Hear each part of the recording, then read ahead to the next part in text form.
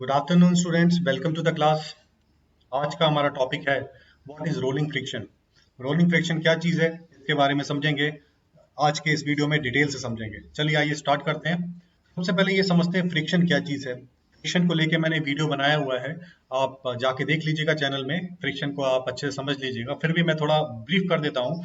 Friction it is a force that acts in the opposite direction to the motion of a body. कोई भी body motion में है, जो friction force है वो उसके ऑपोजिट डायरेक्शन में लगती है।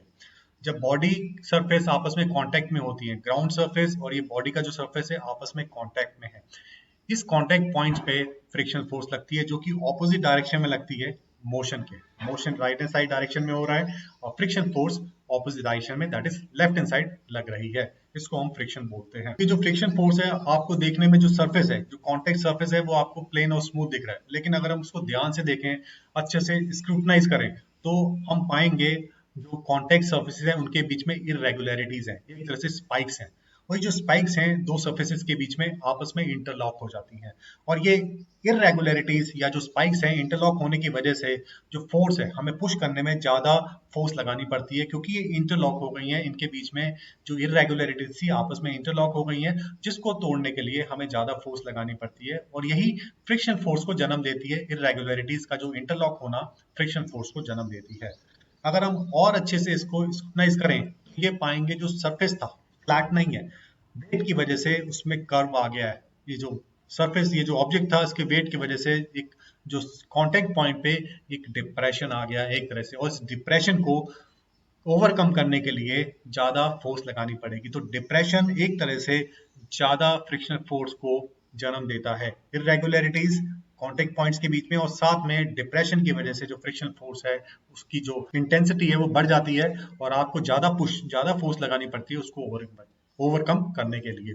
और तीसरी चीज, जो इंटरमोलिकुलर फोर्सेज होती है वो डेवलप हो जाती है। जब आपस में जो कांटेक्ट पॉइंट्स हैं बहुत क्लोज होते हैं, इंटरमोलिकुलर फोर्सेज डेवलप हो जाती हैं, जो आपस में एक दूसरे को पकड़ के रखती हैं, और इसकी वजह से फ्रिक्शनल फोर्स और मजबूत हो जाती हैं। आपको और ज्यादा ताकत लगानी पड़ती है उसको ओवरकम करने के लिए। इंटरमोलिकुलर फोर्सेज का एग्जांपल अगर मैं देना चाहूँ तो वो आप कुछ इस तरीके से समझ सकते हैं।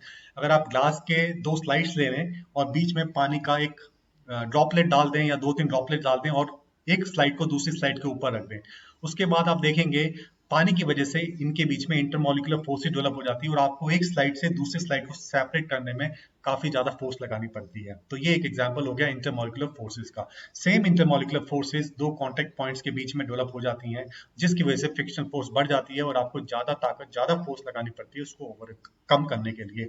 तो ये मेन फैक्टर्स हैं, ये मेन रीजंस हैं जिसकी वजह से जो फ्रिक्शन फोर्स है वो डेवलप होती है। चलिए अब कंपेयर करते हैं स्लाइडिंग फ्रिक्शन और रोलिंग फ्रिक्शन को। आप खुद महसूस करेंगे जब आप किसी बॉडी को स्लाइड करते हैं, उसमें आपको ज्यादा ज्यादा फोर्स लगानी पड़ती है बजाय किसी दूसरी बॉडी को जिसको आप ऐसा क्यों होता है? इट इज बिकॉज जो इरेगुलरिटीज हैं, इंटरमोलिकुलर फोर्सेस हैं, और जो फॉर्मेशन ऑफ डिप्रेशन है वो कंपैरेटिवली काफी कम होता है रोलिंग फ्रिक्शन में। इन चीजों को मौका नहीं मिलता डेवलप होने का। इरेगुलरिटीज को, इंटरलॉकिंग को मौका नहीं मिलता रोलिंग फ्रिक्शन में इतनी जल्दी डेवलप होने का। ना ही डिप्रेशन फॉर्मेशन का मौका मिलता है, और ना ही इंटरमोलिकुलर फोर्सेज डेवलप होने का मौका मिलता है। उन्हें टाइम इतना नहीं मिलता, जिसकी वजह से जो ओवरऑल रोलिंग फ्रिक्शन फोर्स है वो कम हो जाती है, और जो हम कम पुश में भी बॉडी को, अपने ऑब्जेक्ट को आगे की तरफ रोल करा सकते हैं। तो this is the reason why rolling friction is less than the sliding friction. चलिए आगे बढ़ते हैं। अब जो रोलिंग फ्रिक्शन है उसको डिराइव करते हैं कि रोलिंग फ्रिक्शन फोर्स कितनी होती है, उसका मैग्नीट्यूड क्या होता है, किन फैक्टर्स पे डिपेंड करती है, क्या रिलेशनशिप है वेट, रेडियस और कोफिशिएंट ऑफ रोलिंग फ्रिक्शन के बीच में फ्रिक्शन फोर्स के साथ। तो एक एग्जांपल लेते हैं। हमने एक टायर लिया है जो कि सर्कुलर शेप पे है। अब इसी टायर को अगर हम ग्राउंड पे रखते हैं, तो हम पाते हैं कि ये जो जो ग्राउंड के साथ टच हो रहा है वो हिस्सा कंप्रेस हो गया है। टायर की वेट की वजह से वो हिस्सा दब गया है और फ्लैट हो गया। अब बिल्कुल सर्कुलर नहीं रहा, फ्लैट हो गया है। It is because of the weight of the tyre. इसको थोड़ा डायग्रामेटिकली अगर हम देखें, जो फोर्सेज है, स्ट्रेस फोर्स है, वो कुछ इस तरीके से लगती है, पैराबोला की शेप में लगती है। देखिए जो एजिस हैं, जो कि बिल्कुल जस्ट टच हो रहे हैं ग्राउंड के साथ, पॉइंट बी और पॉइंट सी, वहां पे जो स्ट्रेस है वो काफी कम है। जबकि सेंटर पॉइंट पे वेट भी बिल्कुल सेंटर पॉइंट पे नीचे की तरफ लग रहा है। इस पॉइंट पे, पॉइंट ए पे सबसे ज्यादा स्ट्रेस है। तो एक पैराबोला की शेप में हमें जो स्ट्रेस फोर्सेज है वो देखने को मिलती है, जितना हिस्सा ग्राउंड के साथ टच पर है। अब देखिए अगर ये रोल करता है तो पॉइंट बी की मूवमेंट आप देखिएगा किस तरीके से मूव करता है। पॉइंट बी इस पॉइंट पे है, अब ये टायर ने मूव करना स्टार्ट किया, पॉइंट बी इधर आ गया, यहाँ पे अंदर की तरफ आ गया, यहाँ पे उसको ज्यादा स्ट्रेस फील हो रहा है, उसके बाद सेंटर पे आ गया, यहाँ पे सबसे ज्यादा उसको स्ट्रेस फील होता है, उसके बाद यहाँ पे आ गया, अब ये ग्राउंड को छोड़ने छोड़ने वाला है, और ये जो लास्ट पॉइंट है इसके बाद ये ग्राउंड को छोड़ देगा। तो इस तरीके से पॉइंट बी की मूवमेंट इनिशियल पॉइंट से लेके यहाँ तक तो कंप्रेस हुआ, फिर उसके बाद जब मैक्सिमम स्ट्रेस के बाद उसमें डीकम्प्रेशन स्टार्ट हो गया, और बी पॉइंट के बाद लास्ट पॉइंट पे वो उसने ग्राउंड को छोड़ दिया। तो इस तरीके से बॉडी रोल करती है, एक पॉइंट से दूसरे पॉइंट में किस तरीके से स्ट्रेस का लगता है वो आप इस तरीके से समझ सकते हो। अब इसको डिराइव करते हैं, इसका एक फ्री बॉडी डायग्राम बनाते हैं। हम एक पॉइंट ले लेते हैं, ये पॉइंट बी जो कि जस्ट टच कर रहा है ग्राउंड पे, इस पे कौन कौन सी फोर्सेस लग रही है। एक तो नॉर्मल फोर्स लग रही है जो कि सेंटर की तरफ जा रही है, इसको हमने रिएक्शन फोर्स बोल दिया। इस पॉइंट का जो वेट है सीधा नीचे लग रहा है, जिसको हम mg बोलते हैं, वेट ले लिया है। और जो फ्रिक्शनल फोर्स है, मोशन राइट हैंड डायरेक्शन पे हो रहा है, frictional force left hand side लग रही है। तो इस तरीके से हमने इस पॉइंट पे जो जो फोर्सेस लग रही हैं उसको हमने डायग्रामेटिकली बना लिया। अब देखिए जो एरो है वेट का, अगर मैं इसको उठा के यहाँ की तरफ ले जाऊं तो एक ट्राइंगल बन जाएगा। हमारे फ्री बॉडी डायग्राम में या वेक्टर डायग्राम में कुछ फर्क नहीं पड़ेगा। तो इसको कुछ इस तरीके से मैं लिख सकता हूँ या बना सकता हूँ, ये देख सकते हैं आप, मैंने इस तरीके से बना दिया। तो सिमिलरली मैंने एक डायग्राम और बना दिया, एक ट्राइंगल और बना दिया, आपस में ट्राइंगल बिल्कुल सिमिलर है। ये बीटा एंगल है इसके बीच में, ये भी बीटा है, ट्राइंगल दोनों आपस में सिमिलर है।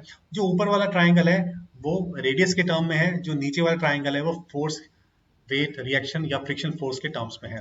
तो इन दोनों ट्राइंगल्स को हम कुछ इस तरीके से पैरेलली एक साथ बना सकते हैं और एक दूसरे के बीच में रिलेशनशिप निकाल सकते हैं कि radius of the tyre, weight of the body, frictional force और कोफिशिएंट ऑफ फ्रिक्शन के बीच में क्या रिलेशनशिप है। इन दो ट्राइंगल्स को अगर हम साइमल्टेनियसली सॉल्व करेंगे तो हमारे पास एक फ्रिक्शन फोर्स निकल के आ जाएगी, रोलिंग फ्रिक्शन का रिलेशनशिप निकल के आ जाएगा इन तीनों पैरामीटर्स के बेस पे। देखिए कुछ इस तरीके से मैं बना सकता हूँ, लिख सकता हूँ। ये ट्राइंगल जो कि फोर्स के टर्म्स में मैंने बना लिया, दूसरा ट्राइंगल मैंने रेडियस और ये जो y है सेंटर पॉइंट से डिस्टेंस है उसको मैंने y ले लिया, उस टर्म से मैंने बना लिया। अब जो फ्रिक्शनल फोर्स है वो ऑपोजिट डायरेक्शन में लग रही है मोशन के, फ्रिक्शन फोर्स को मैं लिख सकता हूँ नॉर्मल रिएक्शन के टर्म्स में, friction force is equal to n into sine beta. Beta ये एंगल है वेट और नॉर्मल रिएक्शन के बीच में। अभी बीटा बहुत छोटा है तो साइन बीटा को हम बीटा बोल सकते हैं, तो मैंने बोल दिया friction force is equal to N beta, normal force into beta. Similarly ये जो y है ये रेडियस के टर्म्स में कुछ इस तरीके से लिख सकता हूँ, y is equal to R sine beta. Obviously beta बहुत छोटा है और आपस में दोनों सिमिलर ट्राइंगल्स है, तो y is equal to R beta मैंने लिख दिया। इधर मेरा आ गया f is equal to N beta, इधर आ गया y is equal to R beta. अब ये दोनों ट्राइंगल्स सिमिलर हैं तो हम इनको एक दूसरे से डिवाइड करते हैं, उससे कुछ फर्क नहीं पड़ेगा, एक रिलेशनशिप हमें मिल जाएगा। f is equal to N beta divided by y is equal to R beta. Beta से बीटा हमारा कैंसल आउट हो गया, तो जो एक इक्वेशन बन के आई वो आई f into radius of tire is equal to normal reaction into y। y को हम कोफिशिएंट ऑफ रोलिंग फ्रिक्शन बोल सकते हैं। अब मैंने क्या किया, इन दोनों को स्क्वायर कर दिया, स्क्वायरिंग ऑन बोथ साइड्स, तो मेरी इक्वेशन कुछ इस तरीके से बन गई, F square into R square is equal to N square into Y square. Similarly अगर मैं इस ट्राइंगल की तरफ देखूं जो कि एक राइट एंगल ट्राइंगल है जिसमें मैं पाइथागोरस थ्योरम आराम से लगा सकता हूं, ये हाइपोटेन्यूज है दैट इज एन, ये फ्रिक्शनल फोर्स है एफ जो कि एल्टीट्यूड रिप्रेजेंट कर रहा है, और जो वेट है वो बेस को रिप्रेजेंट कर रहा है। तो इनके बीच में रिलेशनशिप पाइथागोरस थ्योरम के अकॉर्डिंगली कुछ इस तरीके से हम लिख सकते हैं, N square is equal to W square plus F square. ये मैंने इक्वेशन 2 कर दी और ये मेरी इक्वेशन 1 है। अभी जो एन स्क्वायर की जो वैल्यू मैंने डिराइव की है W square plus F square, मैं इक्वेशन 1 में पुट कर सकता हूँ। अब देखिए मैंने पुट किया तो कुछ इस तरीके से बन गई, F square into R square is equal to N square की जगह हमने लिख दिया W square plus F square, bracket में लिख दिया इंटू वाई स्क्वायर। अब हमने चीजों को ट्रांसपोज किया, जो एफ स्क्वायर की जो टर्म्स थी उसको लेफ्ट हैंड साइड ले गए और डब्ल्यू स्क्वायर और Y square right hand side रह गए। अब इसको एफ स्क्वायर हमने कॉमन ले लिया, ब्रैकेट में r square minus y square आ गया, और फिर मैंने एफ स्क्वायर को सिंगल आउट कर दिया, तो राइट हैंड साइड आ गया डब्ल्यू square into Y square divided by r square into Y square. अब मैं फ्रिक्शन फोर्स निकालूंगा तो दोनों तरफ अंडर रूट मैंने ले लिया, तो ये मेरी जो फाइनल है इक्वेशन आ गई, friction force is equal to weight into y that is coefficient of rolling friction divided by under root starts r square radius of tire minus coefficient of rolling friction square. तो ये मेरी frictional force आ गई, rolling friction force कितनी लगेगी जब कोई body roll कर रही है। ये इस तरीके से हमने एक इसका एक्सप्रेशन को डिराइव कर लिया। अब चलिए आगे कुछ और समझते हैं। चलिए अब समझते हैं किन फैक्टर्स पे डिपेंड करता है रोलिंग फ्रिक्शन। पहला है नेचर ऑफ द सर्फेसेस। जो दो बॉडीज आपस में कांटेक्ट में है उनकी नेचर कैसी है, किस मटेरियल के बने हुए। मान लिया अगर स्टील के बने हुए हैं या एक रबड़ का है, दूसरा कोल तार का बना हुआ है, इनके बीच में जो नेचर ऑफ सर्फेसेस है वो डिसाइड करते हैं कि इनके बीच में जो कोफिशिएंट ऑफ इनके बीच में जो रोलिंग फ्रिक्शन है वो किस तरीके का होगा। वेट ऑफ द बॉडी, जितना ज्यादा वेट होगा बॉडी का उतना ज्यादा रोलिंग फ्रिक्शन होगा और उतनी ज्यादा हमें फोर्स लगानी पड़ेगी उस रोलिंग फ्रिक्शन को ओवरकम करने के लिए। The coefficient of rolling friction between the tire and the road is 0.01 to 0.02। जो रोलिंग फ्रिक्शन है टायर और जो रोड है जिसपे कार भागती है उसका जो कोएफिशिएंट ऑफ रोलिंग फ्रिक्शन है उसकी जो वैल्यू है 0.01 से 0.02 के बीच में आती है। सिमिलरली स्टील व्हील्स और ऑन स्टील रेल्स, जो ट्रेन के जो व्हील्स हैं जो कि स्टील के बने होते हैं और जिस रेल पे वो रन करते हैं स्टील की बनी होती है, उनके बीच में जो कोफिशिएंट ऑफ रोलिंग फ्रिक्शन है वो 0.001 से 0.002 है। आप देख सकते हैं स्टील दो कॉन्टेक्ट पॉइंट्स हैं, उनका जो कोफिशिएंट ऑफ रोलिंग फ्रिक्शन है ऑलमोस्ट 1/10 है टायर और रोड के बीच में जो रोलिंग फ्रिक्शन है। चलिए आगे बढ़ते हैं, एक एग्जांपल से समझते हैं और इससे हमारी अंडरस्टैंडिंग और क्लियर होगी। A car of mass 800 kg, car है जिसका मास 800 kg है, is running on the road, वो रोड पे रन कर रही है। Radius of the tyre is 40 centimetre each. चार टायर हैं, एक हर एक टायर का जो रेडियस है that is 40 centimetre each. The coefficient of rolling friction between the tyres and the car is 0.02। जो टायर्स और रोड है उनके बीच में जो कोफिशिएंट ऑफ रोलिंग फ्रिक्शन है वो 0.02 वैल्यू दी हुई है। Find the friction force acting on each tyre, जो रोलिंग फ्रिक्शन फोर्स है वो हमें निकालनी है हर एक टायर पे। अब देखिए ये जो फॉर्मूला है जो हमने अभी डिराइव किया फ्रिक्शन फोर्स का वो हमने लिख दिया, सिमिलर इसी बिल्कुल जो हमने डिराइव किया उस तरीके से लिख दिया।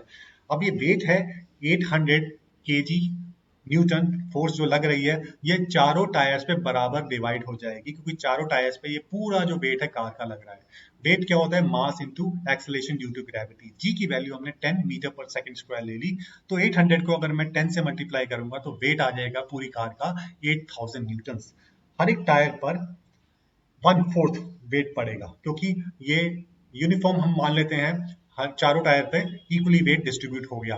तो जो वेट एक टायर पे पड़ रहा है एक वो हो गया 2000 Newton. Coefficient of rolling friction दिया हुआ है 0.02 और रेडियस है टायर का 0.4 मीटर्स। ये तीन वैल्यूज हम पुट करेंगे, तीन वैल्यूज हमें चाहिए थी, तीन वैल्यूज पुट करेंगे तो फ्रिक्शन फोर्स आ जाएगी कि एक टायर पे कितनी रोलिंग फ्रिक्शन लग रही है। चलिए देखते हैं वैल्यूज पुट करते हैं। ये मैंने वैल्यू पुट कर दी 2000 into 0.02 divided by 0.4 square minus 0.02 whole square. ये हमने वैल्यू डिराइव की तो हमने देखा हर एक टायर पे जो रोलिंग फ्रिक्शन फोर्स थी वो आई 100 न्यूटन। इस तरीके से हमने इस न्यूमेरिकल को सॉल्व किया जो हमने डिराइव की थी फ्रिक्शन फोर्स की, जो एक्सप्रेशन डिराइव किया था उस पर हमने ये वैल्यूज पुट की और इस तरीके से हमने इसकी वैल्यू निकाल ली। अब इसको समराइज कर लेते हैं। Friction is a force that acts in the opposite direction through the direction of the motion. जो फ्रिक्शन फोर्स है ऑपोजिट डायरेक्शन में लगती है जिस डायरेक्शन में मोशन हो रहा होता है। Rolling friction is less then other types of friction because उसमें जो क्रेस्ट है जो स्पाइक्स है उनको लेस टाइम मिलता है इंटरलॉक होने का, लेस टाइम इंटरमोलिकुलर फोर्सेस को मिलता है डेवलप होने का और लेस टाइम मिलता है डिप्रेशन को बनने का। तो इनके पास टाइम बहुत कम होता है कि ये फ्रिक्शन फोर्स आपस में डेवलप कर पाए, इंटरलॉक हो पाए, आपस में चिपक पाए, जिसकी वजह से जो रोलिंग फ्रिक्शन है वो कम होता है और हमें कम फोर्स लगानी पड़ती है किसी भी ऑब्जेक्ट को रोल करने के लिए। The rolling friction depends on the nature of the surfaces and the weight of the body, जो कि अभी हमने समझा। अब आपके सामने एक छोटी सी क्विज है, इसको अटेम्प्ट कीजिए। The first one is the coefficient of rolling friction between steel rails and steel tyres is more than that of car tyres and the road surface. क्या coefficient of rolling friction steel rails और steel tyres के बीच में ज्यादा होता है car tyres और road surface के मुकाबले? इज दिस ट्रू और फॉल्स, ये आपको बताना है। दूसरा, the coefficient of rolling friction depends on the nature of the surfaces. जो कोएफिशिएंट ऑफ रोलिंग फ्रिक्शन है जो नेचर ऑफ सर्फेसेस कांटेक्ट में है उस पर डिपेंड करता है। इज दिस ट्रू और false? And the last one is the rolling friction is less than the sliding friction. क्या रोलिंग फ्रिक्शन स्लाइडिंग फ्रिक्शन से कम होता है? इज दिस ट्रू और false? And your time starts now. And the answers are, so I hope students आपको ये video interesting लगा होगा, समझ आया होगा। आप अपने दोस्तों के साथ भी शेयर करें कीजिए। Till then, goodbye, thank you very much and have a nice day.